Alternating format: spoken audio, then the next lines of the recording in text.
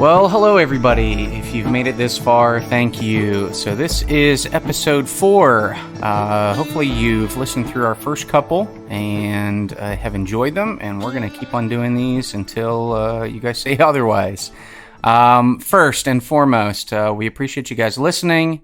Go ahead and check out all of our gear at www.risenfly.com. And if you did happen to check out those other episodes before, we're still trying to find a name for this thing. So go ahead and check out the comments below. We also are currently working on getting all this stuff uploaded to the other podcast sources through Apple and Google. So hopefully by the time this one comes out, we'll have all that figured out. But yeah, go ahead and subscribe to the channel so that you make sure you know when all of our new podcasts come up.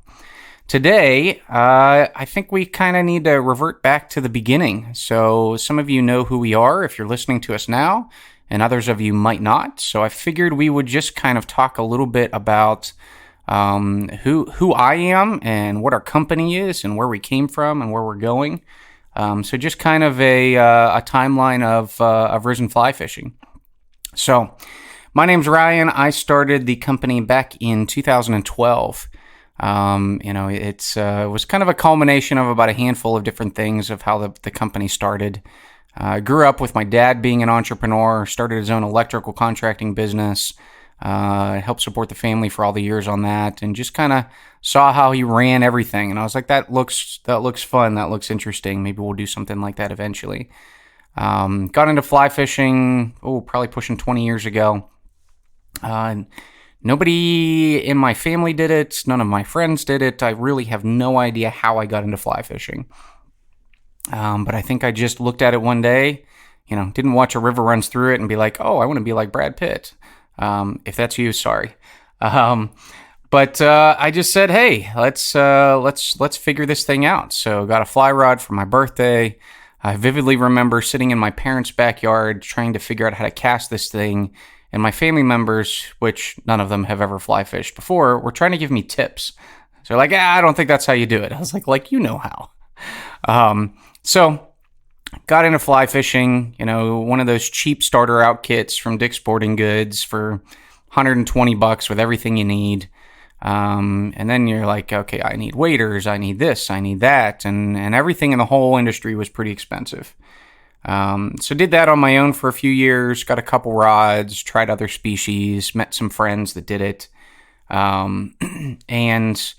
And then after a few years, I was like, man, look at these top end gear, rods and reels and everything like that. And I said, I can't afford any of that stuff. So I found another company that kind of came out and was doing a lot of the same things we're doing right now, and looking at them and talked to the owner. And he was kind of very open on how things were working, and actually met him years down the road and was just as friendly, even though I was a competitor of his. So shout out to him, but we won't mention any names here. But anyway, so it was probably just a handful of years into fly fishing. Really cut my teeth with a lot of very wise fly fishermen out there. Met a lot of people, just reading books, learning things online, fishing with other people. Finding a decent amount of success, and then pretty much every year one of my goals was just to teach someone new to fly fish. So whether it was a buddy at church or someone in the neighborhood or family member, it was hey, why don't we check this out, see if you like it, because I like it, so let's go have fun. And I started looking around, and I looked at some other sources for being able to create products. So rods, reels, fly lines, flies, all this stuff, and just doing all this research. And my wife and I had been married for a few years at that point in time, and every husband knows that there's always a point in time where you have a question you want to ask your wife, and without a shadow of a doubt the answer is no, but you ask it anyways. And that was my question to my wife. It was, do you think I could have some money to start a fly fishing company? So the great wife that I have, all good men marry up, and I married up. She goes, yeah, I'm sure we can figure something out. So that's where it all started. So that was probably the middle of 2012. Started doing some research, figured out kind of my budget to start the company, got a handful of things in, mainly just fly lines, backing, a few tools and accessories. Sold those on eBay for a few months. then got some advice on building a website and built that website and opened it up in October of 2012. So if you're listening to this now, we are almost 9 years into the business in just a couple months, and started that company as Risen Fly. So risenfly.com is where our website is now. So in the 9 years, we've drastically changed. So we started with a couple reels. Those reels we've since moved on and added new series to them. And then we've added rods, we've added fly lines. We went to a new manufacturer since we opened everything up. Tools, fly rods, we started with one. Now we have technically 1, 2, 3, 4, 5. We're prototyping 2 more right now. Flies, I didn't want to get into flies. I had a buddy that was helping me out and packing all of our orders for a few years. And he's like, you got to do flies. I said, flies are a nightmare. I said, inventory will be horrible. You got to carry a bunch. And he's like, okay, I'll do it. I was like, okay, whatever you want to do. So he started with flies, and now we have a lot of flies. Just to put that into perspective, I just put an order in about 3 weeks ago for almost 100,000 flies to add to the shop. So we're boosting our inventory, expecting growth, and then we're also adding a ton of new patterns. So yeah, each time that we were looking at a new major product, there's always minor products like, okay, we're going to add a fly box, or we're going to add, some leaders or indicators or little tools like that. But a major product like a rod or a reel, it typically takes us about 18 months to get through that process. So we'll look at something we want to build. Rods are a little bit more complicated in ways. So usually what I'll do through one of the few manufacturers that we use is I'll just get a very generic prototype of what I want. I want this rod size. I want this rod action. I want this quality of graphite for it. Throw that together and let me go fish it for a while. So I'll fish it. I'll send it out to other people that I trust in the business, or just other people that are very avid fishermen. We'll run through that, and then we'll sit down and talk about it and go through, okay, this is what I'd change. We might want to change the guides. We might want to make the rod faster or slower. Little components, things here and there. I'll typically go through a second set of prototyping from there. So then we'll get all of those things fixed, and then possibly a third round, which will be minor things like, okay, we want the rod blank to be a different color, or the thread wraps to be a different color. Most of the major things are done in the first round or two of prototypes on what the rod is as the performance side of things, and then we do the cosmetic side later. So something like our Goliath rod that we brought out last fall took a long time because it was very different from anything we'd done before. So go ahead and check that out. So it's got a golf grip on it from Wind Grips. Coloration is different. It's a saltwater rod, so we had to really do some work on making sure the stainless steel worked on the reel seat and the guides and all that stuff. And we go through that process on a lot of our major products. So right now we're actually prototyping 2 different new lines of rods. So I just got the first line of prototypes in for some switch and spay rods. We've had a ton of people over the years ask for those, so we're at least trying to work on those. Whether it works out or not, we'll figure out in about a year. And then working on a small stream rod. Here in Pennsylvania, we're just north of Pittsburgh. We've got the Allegheny Mountains that are north of us, and a lot of the states around us, New York, Pennsylvania here, West Virginia, Maryland, they all have all these really small streams that a lot of fishermen love targeting. So, you take 20 minutes to be able to hike to the stream. These streams are 10 feet wide at the most. They hold brook trout, brown trout, even some rainbow trout that are typically 5 to 8 inches. And people are like, well, what's the big deal about those little fish? Well, it's the places that they are. The way that you fish, you've got to kind of watch your shadow and cover yourself and, make sure that you're not spooking the fish. But a lot of times there's really tight covers, so you need some shorter rods to be able to get into that. So we've got our first round of prototypes on that coming in the next month or so. So as I'm going into all this great detail, you can kind of see how something as small as just a couple reels and some fly lines has grown into where we are today. And a lot of the inspiration behind that, like I said before, was price. You look at some of the top end rods through the big companies, and they're over $1,000 right now, which to me, especially when I go back to trying to teach someone to do it every year, was impossible. I was in my mid-20s at that point, late 20s. And, you teach someone in that age that maybe they're married, have an entry-level job, kid or two, like, hey, you need to spend $3,000 to get into fly fishing. They're like, you're nuts. I'm just going to go buy a cheapo spin rod at Walmart and catch some fish. So I said, we need an alternative to be able to figure that out. And that's what I started doing. So I wanted to make sure that not only we were getting good quality products out there, but the pricing was right. And then on top of that, I remember one of the first rods I broke, I was steelhead fishing. It was below freezing. Ice was up on my guides. And it was a 9-foot rod, and I was stretching to try to clear the ice off of the tip top of my rod. And when I cleared the ice off, I came back with about 3 inches of the tip section. So my only rod that was big enough to handle steelhead had broken. So of course I attempted to fish the rest of the day. That didn't work out very well. And came back and realized, okay, you've got to pay a warranty fee to get it done, which isn't a big deal. But I got to ship the whole rod to the West Coast. So that took a week.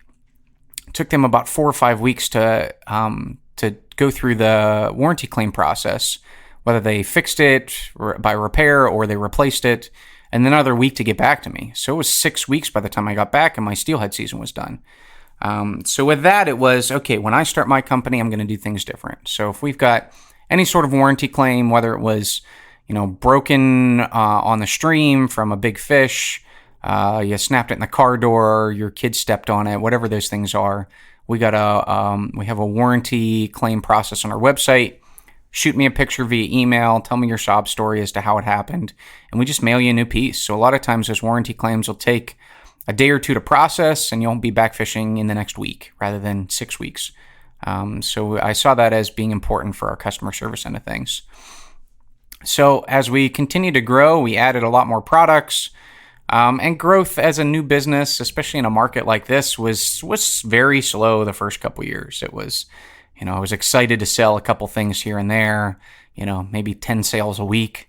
Fast forward to today, we get 10 sales in an afternoon sometimes. But we continue to grow, continue to just reinvest it. It was a side job for me, a background in financial planning. So I knew some of the business end of things to be able to get things moving, and just teaching myself all this stuff, teaching online advertising and social media and, search engine optimization and all this stuff that as an online business you had to know. And I didn't really have a clue. So read articles, figured it out on my own, made mistakes. And then just surrounded myself with other people that maybe knew a little bit more than me and figured it out. Company grew. I would say we kind of hit our stride in 2017, 2018. Really started growing, almost doubling every year. And then I was like, okay, we're growing at a fast pace. I can't handle this as a side gig anymore.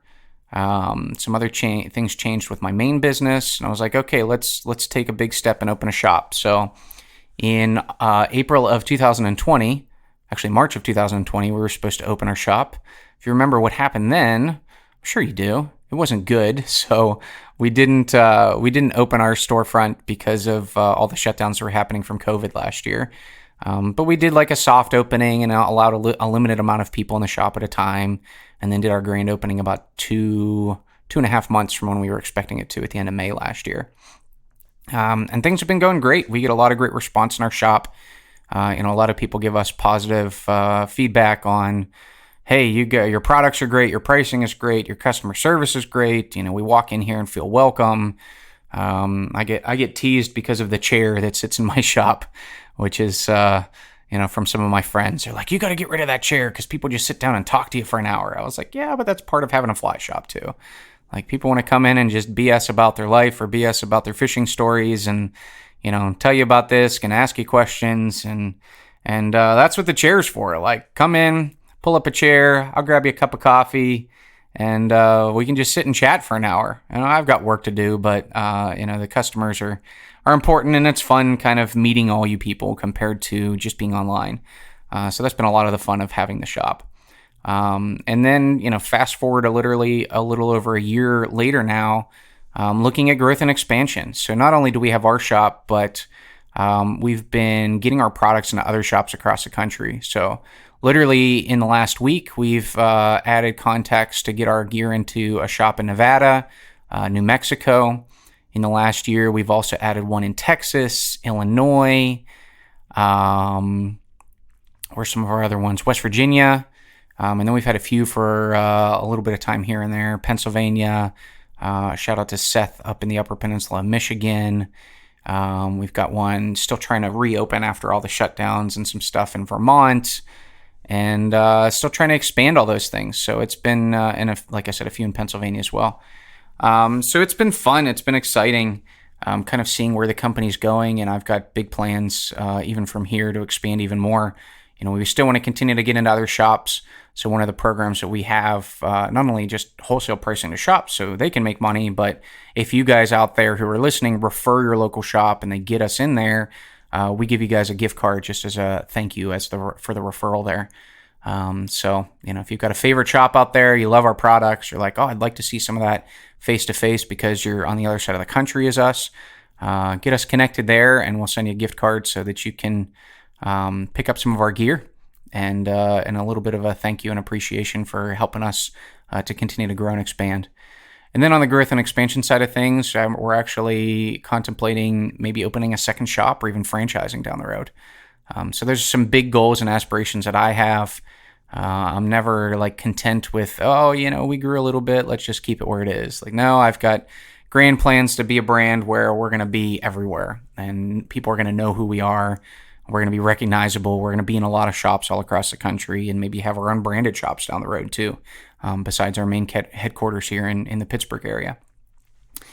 So that's kind of it. If you guys want to ask any questions, go ahead and fire them below or even shoot us an email, or any of our social media accounts have our chat functions on there. And we've got, like I said, a lot of great things going on. So our products are priced right. We're really working towards constantly bringing out new stuff, figuring out maybe some things that not a lot of other companies do. I look out at that small stream rod series that we're working. I can think of maybe one company that really has a lineup of rods that are 0 to 3 weights, and that's really what we're looking for here. So it's kind of a niche market there, but I think that we can come out there and bring a series of products and get people interested in them at the right price, and go out and do something that I absolutely love doing myself, which is these, we call them blue lines in the circuit there, which is these just little blue lines you might find on a map, and maybe they've got trout and maybe they don't, but you go out and explore them and just have a blast on these little streams that you'll hike a couple miles throughout the day. So yeah, I hope you guys enjoyed this one. Probably a little bit more long-winded than the other ones, but maybe you had a long drive and you enjoyed me talking to you for the whole time because you're sitting there by yourself. But we appreciate you guys checking into our podcast. We've got more coming up. Our plan right now is we're trying to record a handful to get them kind of in the, in the background there, so we can continue to post them once a week right now. And then as we continue to get more logged back, we can post maybe 2 a week. So we're going to continue to put these out there. Thank you guys for listening. If you made it this far, I appreciate you listening to me and just talk for half an hour, whatever it's been now. Make sure you check out our website, www.risenfly.com. We appreciate you guys, and we will see you in the next episode.